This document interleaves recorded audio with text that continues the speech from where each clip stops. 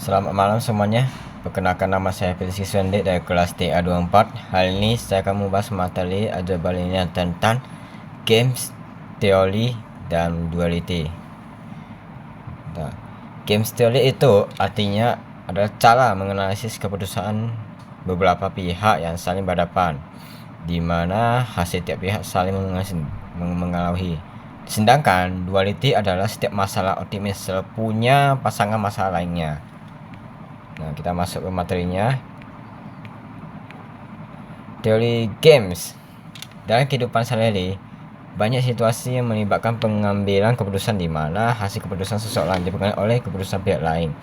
Nah, contohnya ada persaingan harga antar pedagang, strategi promosi perusahaan, pertandingan olahraga, hingga negosiasi bisnis. Situasi seperti ini tidak dapat dianalisis hanya dengan logika biasa, tetapi memerlukan pendekatan matematika yang sistematis.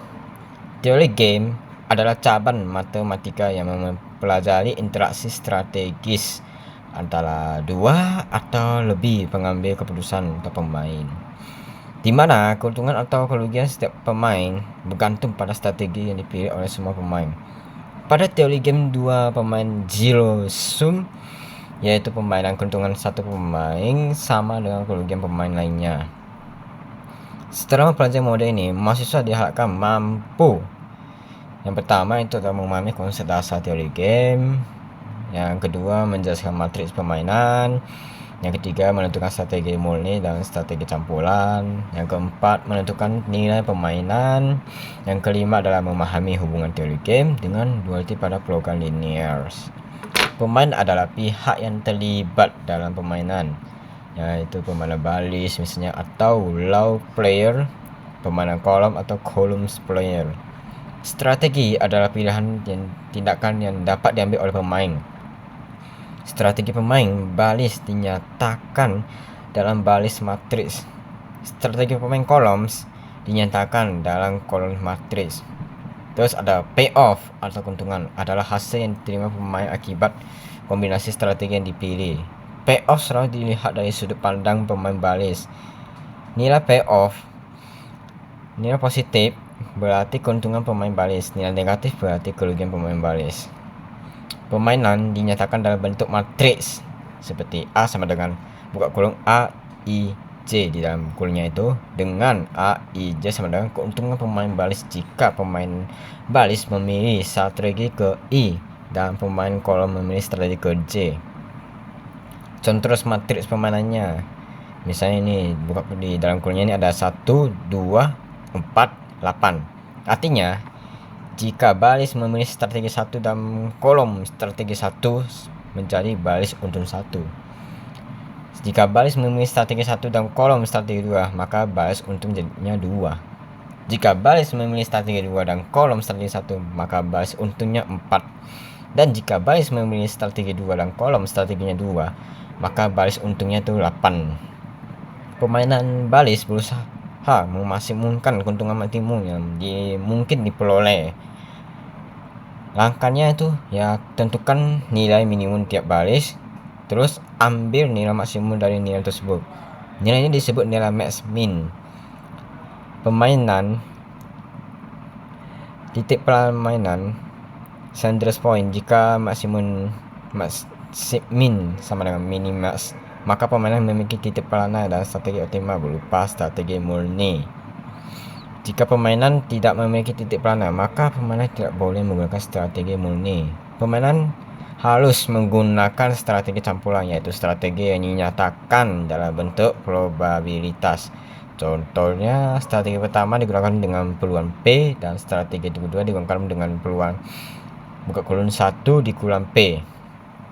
Tujuan strategi campuran adalah membuat lawan tidak dapat memprediksi keputusan pemain. Nilai pemain adalah hasil rata-rata yang diperoleh pemain jika kedua pemain menggunakan strategi optimal.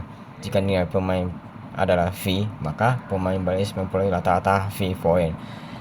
Pemain kolom kehilangan rata-rata V point. Terus hubungan teori games dan duality-nya. Nah, teori games, dua pemain zero sum dapat dimodelkan sebagai masalah program linear. Yang pertama, masalah pemain balis merupakan masalah maksimasi atau primar. Terus masalah pemain kolom merupakan masalah minimasi atau duel. Teorema dualitas menyatakan bahwa nilai optimum primal sama dengan nilai optimum dual. Dalam teori game, hal ini dikenal sebagai teorema min-max. Maka max min sama dengan min max. Nah, contoh soalnya ini, tentukan strategi optimal atau memaksimumkan bagi pemain R untuk memilih balis, dan tentukan strategi optimal atau meminimumkan bagi pemain C untuk memilih kolom.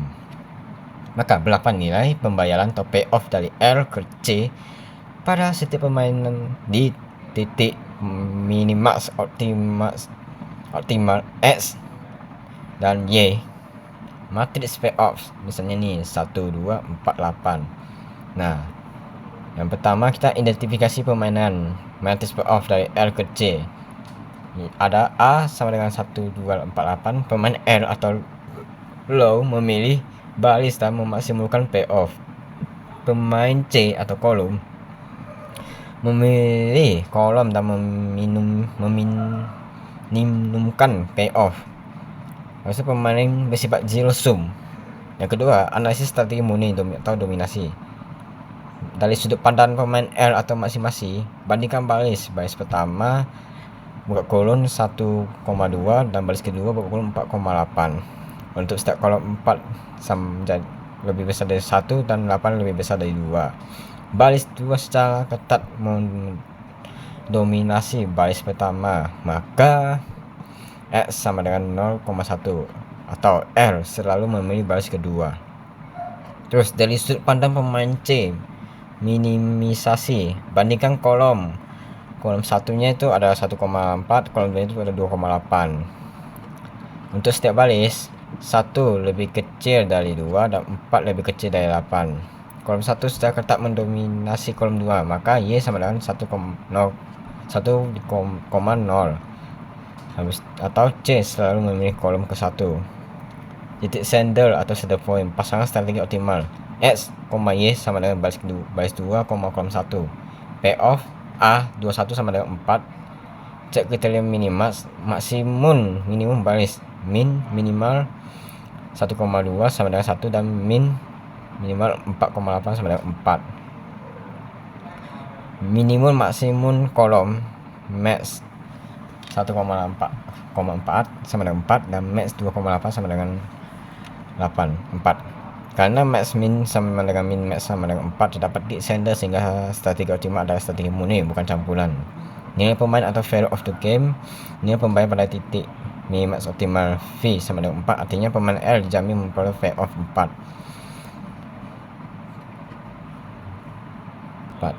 Terus pemain C tidak dapat menurunkan payoff di bab 4. Hubungan dengan masalah duel atau linear programming. Permainan dua pemain zero sum selalu dapat diformulasikan secara primer 2 LV atau primer pemain R dikurang max V dengan kendala 1x1 ditambah 4x2 lebih besar dari V, 2x1 ditambah 8x2 lebih besar dari V, terus dia menjadi x1 ditambah x2 sama dengan 1. Jadi kesimpulan akhirnya itu strategi optimal R pilih baris kedua min 2 X sama dengan 0,1, maka dan strategi optimal C pilih kolom ke min 1 Y sama dengan 1,0. Nilai permainan payoff V sama dengan 4. Jadi permainan memiliki titik saddle sehingga strategi murni sudah optimal dan tidak diperlukan strategi campuran. Baik, itu saja materi yang saya bahas hari ini. Semoga materi ini kalian bisa dapat dipahami oleh kalian semua. Dan jika ada kata-kata yang tidak dapat, mohon maaf dan sampai jumpa.